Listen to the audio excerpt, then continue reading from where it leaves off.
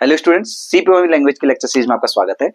इस वीडियो में हम सीखेंगे वोवेल एंड कंसोनेंट फाइंड करना। इसमें मैं दो मेथड आपको यहाँ पे डिस्कस करूंगा, एक इफ एल्स के थ्रू और एक स्विच के थ्रू। तो सबसे पहले हमारे पास अल्फाबेट्स, स्मॉल में अल्फाबेट्स हमारे पास और कैपिटल लेटर में हमारे पास अल्फाबेट्स हैं। तो स्मॉल केस में हमारे पास ए ई आई ओ यू और कैपिटल केस में ए ई आई ओ यू। तो टोटल हमारे पास वॉवल के केस बने आपके 5 इधर से और 5 इधर से, टोटल 10 केसेस हमारे पास हैं। तो इफ एल्स में हम इसको प्रोग्राम को इंप्लीमेंट करके देखते हैं। सबसे पहले मैंने लिखा इंट मेन। अब यहाँ पे मैंने एक कैरेक्टर वेरिएबल कैरेक्टर यहाँ पे डेटा टाइप यूज करके एक वेरिएबल ले लिया ch, जिसमें मैं वो कैरेक्टर इनपुट करवाऊंगा यूजर से, जिसको मुझे आइडेंटिफाई करना है कि वो वॉवल है या कॉन्सोनेंट। अब उसके बाद मैंने यहाँ पे यूजर को एक मैसेज प्रिंट किया, एंटर एनी अल्फाबेट। अब हमको इस बात का ध्यान रखना है कि जब हमने यूजर से अल्फाबेट डालने को बोला तो वो इस ए से जेड के बीच में या इस कैपिटल जैसे जेड ए से जेड के बीच में डाल सकता है, लेकिन वो इसके साथ साथ कोई और कैरेक्टर भी डाल सकता है, जैसे कि 0 है, 9 है या कोई =2 है, कुछ भी इस तरह का कैरेक्टर डाल सकता है। तो ये सबसे पहले मैंने यहाँ पे कैरेक्टर इनपुट ले लिया, तो मैंने लिखा %ch। अब ये ch में जो वैल्यू आई है मुझे चेक करना है कि वॉवल है या कॉन्सोनेंट है, लेकिन उससे भी पहले मुझे एक लॉजिक इसमें और ऐड करना पड़ेगा, जिसमें मुझे ये चेक करना चाहिए कि जो यूजर ने कैरेक्टर डाला है वो अल्फाबेट है या नहीं सबसे पहले, क्योंकि जब अल्फाबेट होगा तो ही वो कॉन्सोनेंट होगा। तो यहां पर सबसे पहले मैंने कंडीशन लिख दी, if ch greater than equal to small a, logical and ch less than equal to small z। यानी कि एक तरह से ये है रेंज चेक करना। मैं ये चेक कर रहा हूं कि जो यूजर ने कैरेक्टर डाला है वो स्मॉल a से स्मॉल z के बीच में है या नहीं। और लिखा मैंने, इसको एक पैरेंथेसिस में क्लोज कर देते हैं। फिर और लिखने के बाद ch greater than equal to capital A and ch less than equal to capital Z। तो ये पैरेंथेसिस क्लोज किया और ये पूरा इफ का पैरेंथेसिस क्लोज किया। अब ये एक तरह से एक फिल्टर बन गया, जिसके अंदर ये तभी जाएगा जब हमारा जो कैरेक्टर है वो अल्फाबेट होगा, चाहे स्मॉल केस लेटर हो चाहे कैपिटल केस लेटर हो। कैसे काम कर रहा है इसको समझ लेते हैं। अब cs मैंने लिखा है स्मॉल a से स्मॉल z के बीच में। देखिए यहाँ पर हमारा मान लीजिए कैरेक्टर डाला था स्मॉल b, तो स्मॉल बी यहाँ पे ये कंपेयर कर रहा है स्काई कोड। हमारे पास कैरेक्टर के हमेशा स्काई कोड होते हैं, तो ये स्काई कोड कर रहा है, न्यूमेरिक कोड जो होता है वो कंपेयर कर रहा है। तो बी इस रेंज के बीच में आ रहा है। देखिए बी कैरेक्टर बी ए से ऑफ कोर्स उसका स्काई कोड ज्यादा होगा तो बी से बड़ा होगा और साथ में जेड से छोटा होगा। तो एंड लगा रखा है मैंने यहाँ पे, यानी कि ये भी ट्रू होना चाहिए, ये भी ट्रू होना चाहिए। तो बी कैरेक्टर ए से बड़ा होता है और जेड से छोटा होता है। तो यहाँ पर अब इनके बीच में इस कंडीशन और इस कंडीशन के बीच में लगा हुआ है और ऑपरेटर।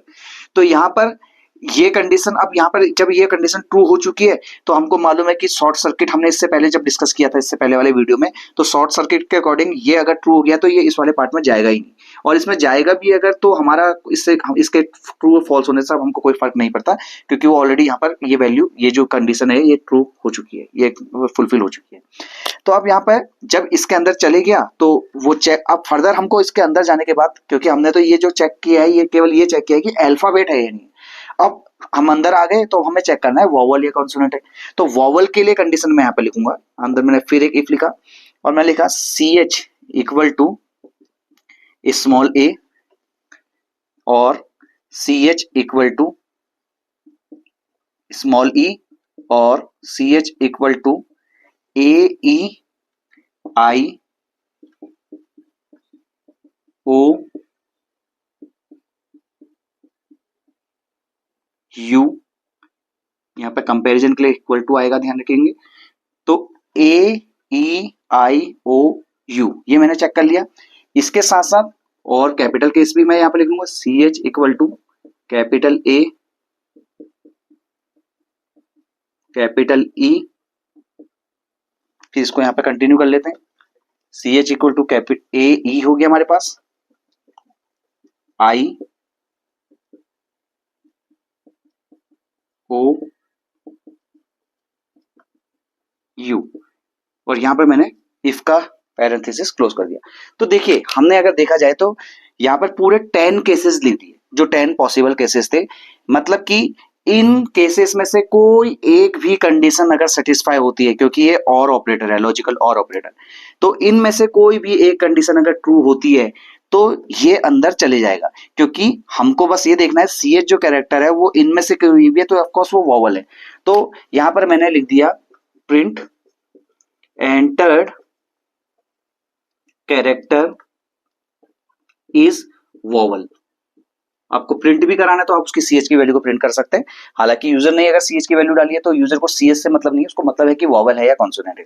तो ये मैंने लिख दिया, और एल्स में मैंने यहाँ पे लिख दिया प्रिंट।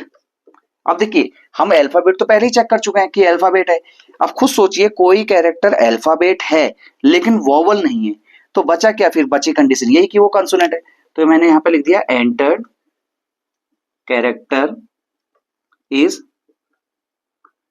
कॉन्सोनेंट। तो ये मेरा इफ क्लोज हुआ, एल्स क्लोज हुआ, फिर ये मेरा इफ क्लोज हुआ। अब देखिए अभी प्रोग्राम बचा है, क्योंकि बचा इसलिए है क्योंकि यूजर के पास पूरा कंप्लीट फीडबैक पहुंचना चाहिए कि मैं कोई भी इनपुट डाल रहा हूं तो वो क्या रिस्पॉन्स दे रहा है फाइनली। तो अगर मान लीजिए ये इफ एल्स तो मैंने कंप्लीट कर लिया, लेकिन अगर मैं यहाँ पे देखूं तो मैंने ये चीज चेक करी कि अल्फाबेट है या नहीं। बाय चांस अगर यूजर ने प्लस डाल दिया, इक्वल टू डाल दिया, 3 डाल दिया, तो वो तो आपके कॉन्सोनेंट भी नहीं है, वॉवल्स भी नहीं है, वो तो इसमें कैटेगरी में आती ही नहीं कहीं भी। तो हम यहाँ पर इस इफ को कंटिन्यू करके एल्स पार्ट लिखेंगे, और उसमें हम ये मैसेज लिख सकते हैं यूजर से, not entered character not an alphabet. तो आप मैसेज तो कुछ भी लिख सकते हैं यहाँ पे, entered character is not an alphabet. तो इससे क्या होगा, यूजर के पास एक यूजर फ्रेंडलीनेस, अगर हम प्रोग्राम की बात करें तो यूजर फ्रेंडली प्रोग्राम हमारा बना है, क्योंकि ये कंप्लीट एक फीडबैक दे रहा है यूजर को कि हाँ आपने जो कैरेक्टर डाला था वो वॉवल है नहीं है, अगर वॉवल नहीं है तो क्यों आप आउटपुट प्रिंट नहीं हुआ, तो वो ये पूरा मैसेज प्रिंट करा देगा कि enter character is not an alphabet. तो यूजर समझ जाएगा कि मेरे कहने या तो हो सकता है बाय मिस्टेक गलत कैरेक्टर टाइप हो गया, या जो हम कैरेक्टर चेक कर रहे हैं वो आपका वॉवल कॉन्सोनेंट है ही नहीं। तो इफ एल्स क्लोज हुआ, फिर उसके बाद रिटर्न 0, और यहाँ पे मेन प्रोग्राम मेरा क्लोज हो गया। तो ये हो गया इफ एल्स के थ्रू मेथड। अब सेम सिमिलर प्रॉब्लम को हम स्विच केस से, जैसे हमने इससे पहले वाले वीडियो में स्विच केस समझा था, तो हम इस सेम प्रोग्राम को एक बार स्विच से बना के भी देख लेते हैं। फिर से मैं यहाँ पे प्रोग्राम स्टार्ट करूंगा। अब मैंने यहाँ पर एक कैरेक्टर ले लिया, सबसे पहले CH, और उसके बाद मैंने यूजर से इस CH की वैल्यू मांगी, enter any character, scanf %C/CH। अब देखिए फिर से मैं यही चीज मुझे चेक करनी पड़ेगी कि मेरा जो कैरेक्टर है वो अल्फाबेट है या नहीं। तो मैंने यहाँ पे फिर से इफ लिखा। तो यहाँ पर देखिए मैं दोनों चीज का कॉम्बिनेशन यूज कर रहा हूँ, मैं इफ भी यूज कर रहा हूँ और स्विच भी यूज कर रहा हूँ। तो सबसे पहले इफ लिखा जब मैंने, तो यहाँ पे मैंने कंडीशन चेक कर ली, if CH greater than equal to character A logical and CH less than equal to small z। तो कैरेक्टर यानी कि स्मॉल केस लेटर के लिए मैंने चेक कर लिया, साथ में CH greater than equal to capital A logical and CH less than equal to capital Z। तो ये मेरा ये चेक हो गया कि अल्फाबेट है। तो अल्फाबेट होने के बाद अब देखिए मेरा वो डिसीजन मेकर कैरेक्टर जो है वो CH है, जो ये डिसाइड कर रहा है कि वॉवल है कॉन्सोनेंट है। जैसे हमने प्रीवियस प्रोग्राम में भी स्विच डिस्कस किया था, तो भी हमने डिसीजन मेकर वेरिएबल को आइडेंटिफाई किया था। तो यहाँ पर मेरा डिसीजन मेकर जो है CH है, तो मैंने यहाँ पे लिखा स्विच, क्योंकि ये CH की वैल्यू ही डिसाइड करेगी कि वॉवल है या कॉन्सोनेंट। तो मैंने यहाँ पे लिखा स्विच। स्विच लिखने के बाद मैंने ब्रैकेट में उस वेरिएबल का नाम लिखा जिसकी पॉसिबल वैल्यूज को हम केसेस के रूप में कंसिडर करते हैं। तो देखिए मैंने यहाँ पे लिखा case A colon case E colon case I colon case O colon case U colon, फिर मैंने कैपिटल के लिए भी लिखा case A case E case I, सारे कैरेक्टर्स हैं तो मैं उनको सिंगल कोट्स में लिख रहा हूं O। अब अंदर आया है इस कंडीशन के, तो ऑफ कोर्स वो अल्फाबेट में से ही है, तो अगर मैं ये चेक कर रहा हूँ कि इन केसेस में से कोई वैल्यू मैच करती नहीं करती है, केस यू। तो अब देखिए आपको ये लग रहा होगा कि हम तो केस स्विच केस को ऐसे लिखते ही नहीं थे, हम तो केस ए लिखना चाहिए, फिर हमने इसके आगे मैसेज लिखना चाहिए एंटर्ड कैरेक्टर इज वोवल, फिर हमने ब्रेक लिखना चाहिए, फिर ऐसे ही हमने इस केस के अंदर भी एंटर्ड कैरेक्टर इज वोवल फिर ब्रेक लिखना चाहिए। तो वो भी आप कर सकते हैं चाहे तो, लेकिन मैंने अभी इसलिए नहीं लिखा है, मैं आपको यहाँ पर एक एडवांटेज, हम जो हमारा ब्रेक कीवर्ड होता है, ब्रेक कीवर्ड का हमने एक वो पढ़ा था कि ब्रेक कीवर्ड अगर आप यूज नहीं कर रहे हैं तो आप कोई भी वैल्यू डालेंगे किसी भी केस में, पहली बार तो किसी भी केस में एंटर करेगा, लेकिन उसके बाद वो अगले केस में एंटर कर जाएगा अगर उसको ब्रेक नहीं मिलेगा तो मैंने उसी चीज का यहाँ पर उसी मतलब एक तरह से आप कह सकते हैं उस प्रॉब्लम को एक एडवांटेज के रूप में यहाँ पर कन्वर्ट किया है। तो अब मैंने इस तरह से सारे केसेस लिखिए, 10 के 10 केसेस मेरे डिफाइंड हो गए।